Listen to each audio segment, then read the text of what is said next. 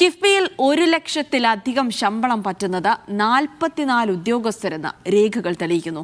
ഇതിൽ 19 പേർക്ക് പ്രതിമാസ ശമ്പളം 1.5 ലക്ഷത്തിലധികമാണ് നൽകുന്നത്. കിഫ്ബിയിലെ ജീവനക്കാരുടെ എണ്ണം പരിമിതപ്പെടുത്താൻ UDF സർക്കാർ തീരുമാനിച്ചിരിക്കുന്നു. ഇതിന് പിന്നാലെയാണ് പട്ടിക പുറത്തു വന്നത്. കിഫ്ബിയുടെ പൊളിച്ചെഴുത്ത് വേഗത്തിൽ നടപ്പാക്കാനാണ് സർക്കാർ ആലോചന.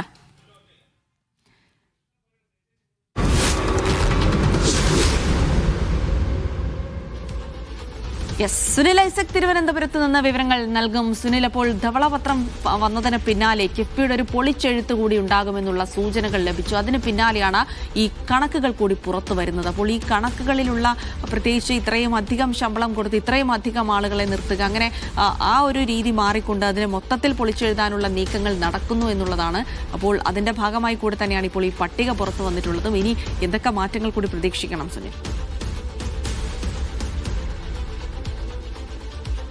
ജിൽസി, കിഫ്ബിയിൽ വലിയ തോതിലുള്ള ധൂർത്താണ് നടക്കുന്നതെന്ന ആക്ഷേപം നേരത്തെ UDF പ്രതിപക്ഷത്തുണ്ടായിരുന്ന കാലഘട്ടം മുതൽ തന്നെ ഉന്നയിക്കുന്നതാണ്. അതിന് പിന്നാലെയാണ് ഇന്നലെ നിയമസഭയിൽ മേശപ്പുറത്ത് വെച്ചിട്ടുള്ള ധവളപത്രത്തിൽ കിഫ്ബിയിലെ ധൂർത്തുകൾ കൃത്യമായി എണ്ണി പറഞ്ഞുകൊണ്ടിരിക്കുന്നത്. വലിയ തോതിലുള്ള ശമ്പളം നൽകി നിരവധി ഉദ്യോഗസ്ഥരെ അവിടെ നിയമിച്ചിട്ടുണ്ട്. അത് തന്നെ ഒരുപക്ഷെ താങ്ങാനാവുന്നതിനപ്പുറത്തേക്കുള്ള ആ ഒരു ചെലവാണ് കിഫ്ബിക്ക് എന്നതാണ് പ്രധാനമായും ഇന്നലെ നിയമസഭയുടെ മേശപ്പുറത്ത് വെച്ച ധവളപത്രത്തിൽ മുന്നോട്ട് വെച്ചിരുന്ന പ്രധാനപ്പെട്ട കാര്യം. അതിന് പിന്നാലെയാണ് ഇപ്പോൾ ഈ കിഫ്ബിയിൽ വലിയ തോതിൽ ശമ്പളം പറ്റുന്ന 44 ഉദ്യോഗസ്ഥരുടെ പട്ടിക സർക്കാർ തന്നെ ഇപ്പോൾ പുറത്തുവിട്ടിരിക്കുന്നത്. 44 ഉദ്യോഗസ്ഥരാണ് 1 ലക്ഷത്തിലധികം രൂപ ശമ്പളം പറ്റുന്നത്. ഇതിൽ 19 പേർക്ക് പ്രതിമാസം 1.5 ലക്ഷത്തിലധികമാണ് ശമ്പളം.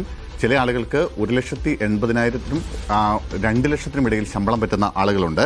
ഇവർക്ക് മാസം ഈ 44 ഉദ്യോഗസ്ഥർക്ക് മാത്രം പ്രതിമാസം ശമ്പളം നൽകാനായി 82,99,392 രൂപ ചിലവഴിക്കുന്നുവെന്നാണ്. അതായത് 90 ലക്ഷത്തോളം രൂപ പ്രതിമാസം കേവലം 44 ഉദ്യോഗസ്ഥർക്ക് മാത്രമായി കിഫ്ബിയിൽ നിന്ന് ചെലവഴിക്കുന്നു എന്നതാണ് ഇപ്പോൾ പുറത്തു വന്നുകൊണ്ടിരിക്കുന്ന കണക്ക്.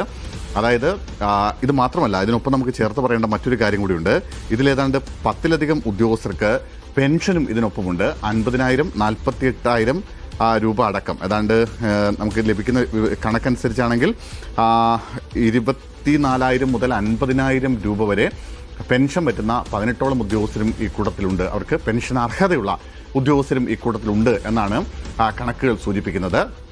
എന്തായാലും ഞാൻ നേരത്തെ പറഞ്ഞതുപോലെ തന്നെ ഇതിൽ സമഗ്രമായ ഒരു അഴിച്ചുപണി സർക്കാർ ലക്ഷ്യമിടുന്നുണ്ട്. ഇതിൻ്റെ ഭാഗമായിട്ടാണ് ഈ ഉദ്യോഗസ്ഥരെ ഇത്തരത്തിൽ വലിയ ശമ്പളം പറ്റുന്ന ഉദ്യോഗസ്ഥരെ മാറ്റി ഉദ്യോഗസ്ഥരുടെ എണ്ണം കുറയ്ക്കുന്ന അടക്കമുള്ള കാര്യങ്ങളിലേക്ക് പോകാനാണ് ഇപ്പോൾ തീരുമാനിച്ചിരിക്കുന്നത്. കാര്യമായ പണിയെടുക്കാതെ വലിയ തോതിൽ ശമ്പളം പറ്റുന്ന ഉദ്യോഗസ്ഥരാണ് ഇവരിൽ ഭൂരിഭാഗം ആൾക്കാരും എന്ന ആക്ഷേപവും ശക്തമായി ഉന്നയിക്കപ്പെടുന്നുണ്ട്. ആ ഒരു സാഹചര്യത്തിലാണ് ഇപ്പോൾ ഈ ഒരു പട്ടിക പുറത്തു വരുന്നത്. എന്തായാലും ഈ പട്ടികയ്ക്ക് പിന്നാലെ തന്നെ വലിയ സമഗ്രമായ ഒരു അഴിച്ചുപണി കിഫ്ബിയിൽ ഉണ്ടാകും. കിഫ്ബിയുടെ നയം തന്നെ മാറ്റാനുള്ള ഒരു തീരുമാനത്തിലേക്ക്, അല്ലെങ്കിൽ അതിൻ്റെ രീതി തന്നെ മാറ്റാനുള്ള ഒരു തീരുമാനത്തിലേക്ക് ഇപ്പോൾ സർക്കാർ എത്തുകയും ചെയ്തിട്ടുണ്ട്. അതിനു വേണ്ടുന്ന ചില പഠനങ്ങൾ അടുത്ത ദിവസങ്ങളിൽ തന്നെ ഉണ്ടാകും. ഇതുമായി ബന്ധപ്പെട്ടുകൊണ്ട് ഒരു കമ്മിറ്റിയെ നിയോഗിച്ചുകൊണ്ട് ആ കമ്മിറ്റിയുടെ കൂടി റിപ്പോർട്ടിന്റെ അടിസ്ഥാനത്തിലായിരിക്കും കിഫ്ബിയിൽ ഏത് തരത്തിലുള്ള അഴിച്ചുപണിയാണ് നടത്തേണ്ടത് എന്ന കാര്യത്തിൽ സർക്കാർ ഒരു അന്തിമ തീരുമാനത്തിലേക്ക് എത്തുക.